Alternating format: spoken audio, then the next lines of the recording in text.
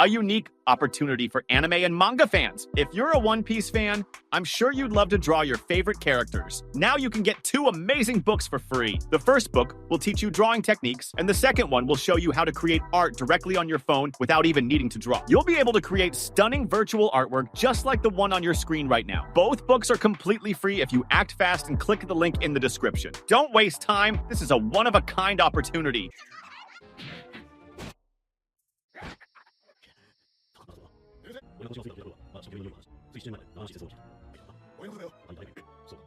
Hey there, pirates! Welcome aboard the Anime No Me channel. Today, I decided to explore what would happen in the story if Zoro were the greatest swordsman in the world right from the beginning. Or rather, if he defeated Mihawk at Baratie. Imagine the chaos that would ensue. If Zoro had defeated the great Mihawk at Baratie, One Piece would never be the same again. The narrative would take such a huge twist that we probably wouldn't even recognize the story anymore. I hope for your support to help our crew win, and to do so, you just need to click the thumbs up button, leave a like, and subscribe to the channel. By doing this, you will win an incredible devil fruit, so just comment which fruit you want. First, let's talk about Zoro. If he had defeated Mihawk right away, he'd probably think he had already reached the top of the sword world. Like, mission accomplished, right? This could have changed the way he interacted with others, maybe even making him a bit more arrogant or, who knows, more introspective. The Zoro we know with that "I still have so much to learn" spirit would never exist. Maybe he wouldn't even need Luffy. After all, he would already be the greatest swordsman in the world. But hold on, it doesn't stop there. If Zoro were the greatest swordsman from the start, he'd become a huge target. Powerful enemies, probably even stronger than him, would want to test the strength of Super Zoro. This would complicate his life and the crew's life, plus his relationship with Luffy, which is so based on mutual respect and the fact that they both have big dreams, would change completely. Imagine Zoro thinking of himself as equal to or even superior to Luffy. A major rivalry would arise, and maybe he'd decide to go his own way. This would leave the Straw Hats in a big mess. And we can't forget Mihawk, the great Mihawk, whose ego is as sharp as his swords, probably wouldn't stay quiet after being defeated by Zoro. He might even lose his Shichibukai status, and who knows, seek revenge. Zoro's victory could shake up the power balance in the One Piece world. And maybe this would open doors for other pirates or crazy swordsmen who'd want to take Mihawk down. Now, let's think about the other arcs. In Arlong Park, for example, Zoro would have to be even more intimidating, since if he were the greatest swordsman in the world, he'd be a real monster on the battlefield. But this could also put the crew in danger much sooner, because the world government's attention would fall on them right away. Tashigi, who always idolizes swordsmen and strives to be the best, would go crazy seeing Zoro as the greatest of them all.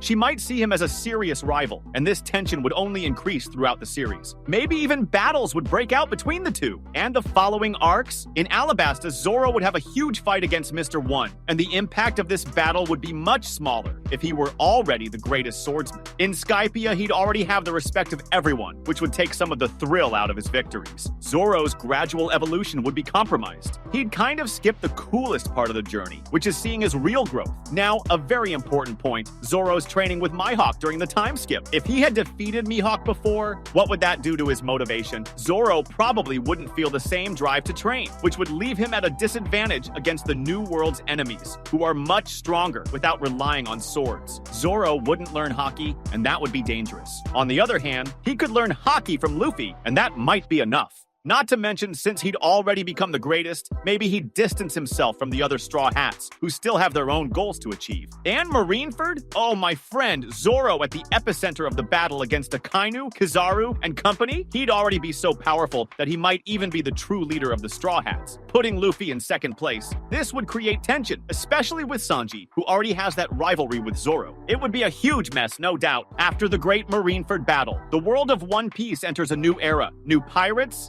absolute chaos, and a reconfiguration of power. Now, imagine a Zoro already recognized as the greatest swordsman in the world right there at Baratie. It changes everything. If he were already a sword monster from the start, what would happen during the time skip? Instead of training with Mihawk, maybe he'd embark on his own journey to seek ancient techniques, exotic masters, and even forbidden secrets to get stronger. Zoro, as the greatest swordsman in the world, could go after a completely different kind of evolution. Maybe he'd find a way to train on his own, exploring forgotten lands and rare techniques techniques? By the time he reaches Wano, Zoro would already be a living legend. Instead of just being an amazing swordsman, he'd be considered almost like a savior, a messianic figure destined to free Wano from the rule of Kaido and Orochi. Imagine the samurais revering him as a god of swords. His arrival wouldn't just be about joining forces to defeat Kaido, but he'd be the legendary swordsman everyone had been waiting for. His feats would be legendary, and he wouldn't just earn the trust of the samurais, he'd be their hope. Now, let's talk about Enma, Kazuki Oden's sword. Zoro, as the greatest swordsman in the world, would already have his own collection of elite blades. So would he accept Enma? Maybe he'd reject the sword, saying, "I don't need legacies, I am Zoro." In that case, he could fight with his personal swords, without relying on past legacies, which would emphasize his individual strength even more. A Zoro who challenges Kaido not only with his skill, but with the weight of his own journey. When the battle against Kaido and Big Mom comes to Wano, Zoro, the greatest swordsman in the world, wouldn't just be there to help.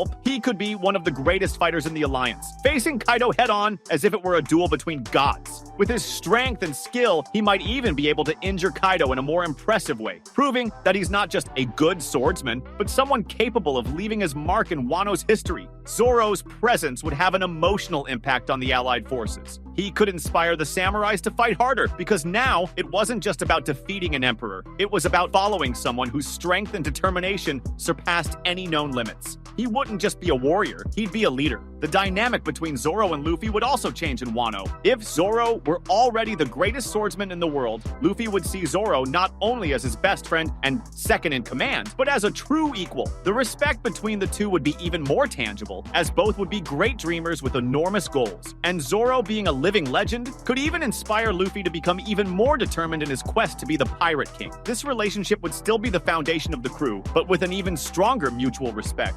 However, we can't forget that Zoro, being so unbeatable, could make some crew members feel a little uncomfortable. Sanji himself, with their friendly rivalry, might become more suspicious, or even try to surpass Zoro in some way, creating a tense atmosphere of internal competition. With such a strong reputation, Zoro would probably attract the attention of new enemies, like Kaido's subordinates and even other samurai. They would likely want to test him to gain fame and glory, and Zoro, of course, would love to prove that he's still above them all. So, in addition to fighting Kaido and his subordinates, he could have a handful of epic duels throughout Wano, which would further enhance his legend. And who knows, this could also attract unexpected allies, perhaps other legendary swordsmen who would want to fight alongside the greatest swordsman in the world. The possibility of Zoro making alliances with great warriors would be a golden opportunity to expand his circle of influence even more. Now, moreover, Zoro would also play a bigger role in the search for the poneglyphs and the journey to Laugh Tale. With his strength and worldwide respect, he could serve as Robin's protector, helping ensure that no enemy interrupts them. He might even lead a group of swordsmen focused on combating those who try to stop the search for the lost century. Who knows? He might even take a more active role in negotiating with other powerful groups to ensure the Straw Hat crew achieves their goal. If Zoro had defeated Mihawk at Baratie, the story of One Piece would have changed forever. In Wano, he wouldn't just be another swordsman, he would be the living legend, the unbeatable warrior, who would not only challenge Kaido, but also shape the country's history. His strength, skills, and charisma would make him a central figure, not just for the crew,